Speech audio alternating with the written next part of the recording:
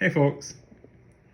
So a lot of times people will try to justify suffering and pain with mental gymnastics.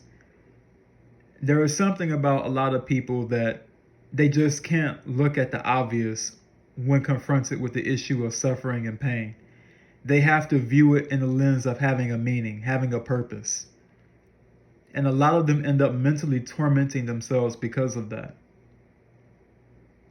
You often hear what doesn't kill you makes you stronger. You often hear these things are lessons, that pain and suffering is a lesson. But they don't ever tell you who are these lessons for, who are they from? What purpose do they really serve? How do you know that they're lessons? Who told you that? How can you prove that? Humans have this tendency to try to place sense on things that don't make sense. Suffering and pain and how they are dished out to people is one of those things that don't make any sense.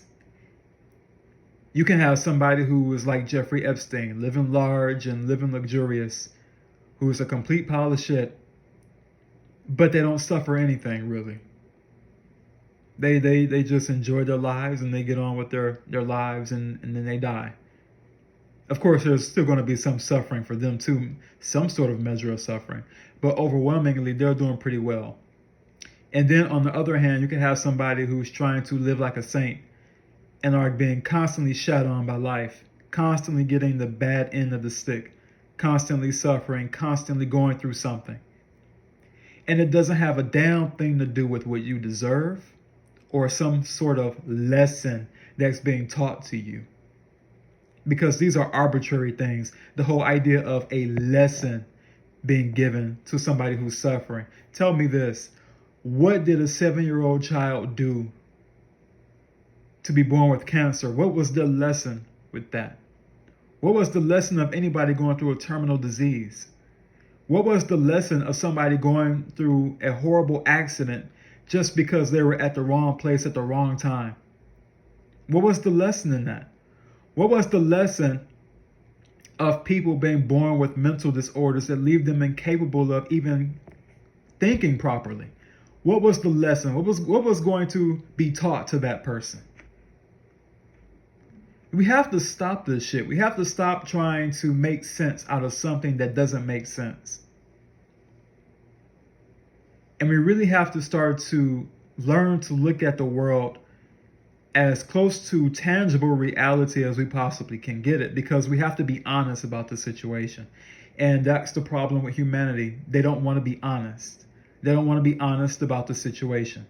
They would rather make up mythical fairy tales than to stare at the truth and see that the problem is that we keep reproducing in the same situation, the same crazy situation, and we refuse to stop. They refuse to stop. Because again, it doesn't have anything to do with what you deserve. A lot of the problems and suffering and pain in life are really just randomized. It doesn't have anything to do with what you deserve or don't. It's just really random.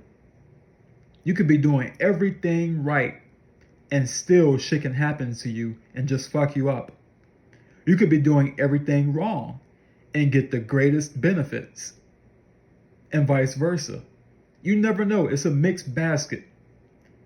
Pain and suffering are dished out to everybody, but in differing spectrums. Some people get it worse, some people get it a bit lighter. But it has nothing to do with how moral you are, quote unquote, how good or bad you are. It's just a consequence of birth. And that's the crux of what I'm trying to get at with this. The problem of suffering, pain, and agony is the problem of birth. It's the consequence of birth. You don't have one without the other. It doesn't matter what you did or don't do. It's about birth. It's about the consequences. It's about the random fact that existing on earth means you're going to have to suffer. It means you're going to have to experience pain. It means you're going to have to experience unpleasant states. Not because of something you did, but because of where you are born. You are born on earth, decrepit earth, deficient earth, earth where you have to make a living just to survive. This is a planet where everything feeds off of itself. It's a vampiric planet. It's a dying planet. A planet where nothing is sufficient in and of itself. You constantly have to take from something else to sustain your own life. And it doesn't make you good or bad. It is what it is. That's what this planet is built on. It's about survival, brutal survival. It's a parasitic organism. And there are no winners. I know that people might look at the rich and think, oh, they're winning. Well, they're really not. All that they have is a little more resources to play around with. But ultimately, it's the same shit game.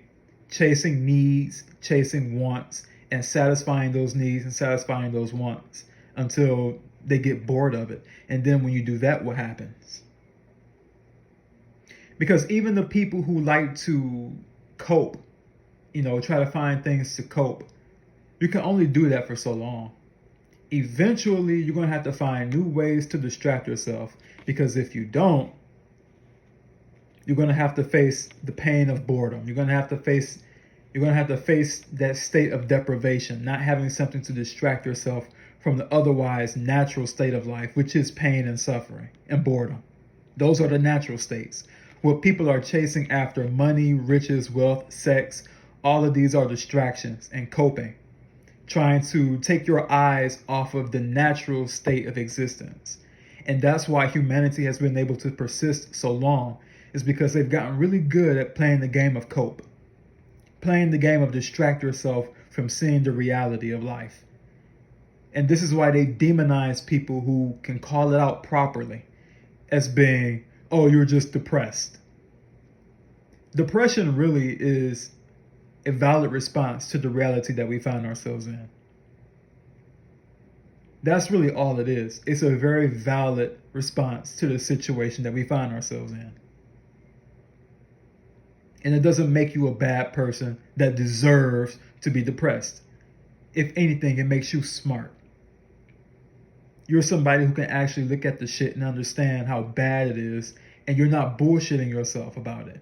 You're not lying to yourself about it. You're not dressing it up in copes and trying to do one entertaining thing from the next, jumping through hoops to distract yourself from actually seeing what it is. And for some people, all that they can do is try to cope.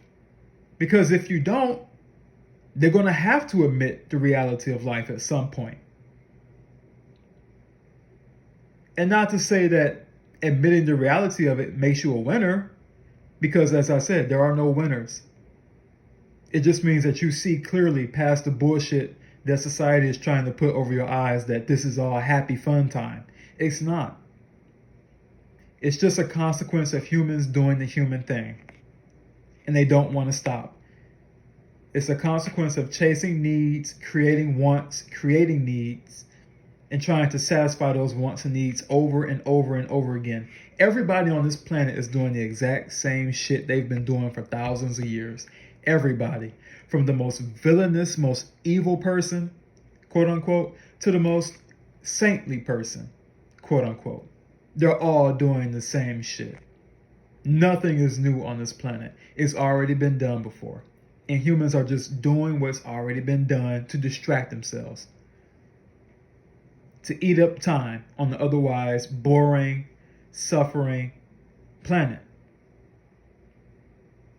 So you can't really blame anybody else for the suffering they're going through. Sure, there are some times where you can make your suffering worse. However, you didn't do anything to deserve the initial state of suffering and pain. This just happened to you because you were born. That's the price we have to pay because we were born. We fell out of a fucking uterus. And now we're paying the price for it. It's a really fucked up game. It's a bad game. And the sooner humanity admits that and stop trying to play, cat and mouse with the fucking distractions, the sooner we can get it over with. If humanity were a smart race or smart sentient organism, it would understand its situation and orchestrate a peaceful way out, a complete end to a bad game that's not going to be fixed. I know there are a lot of people who want to apply fantasy to reality. They've been doing that for thousands of years. But no matter what fantasy you come up with, the problem of suffering, pain, and death and imposition are natural to life. And so long as they exist, and so long as life exists, those problems will exist. It's time to pull the plug and call it a day. That's the only solution. You know, they talk about economic solutions and diplomatic solutions. The solution is just to fucking turn the game off and leave. That's it.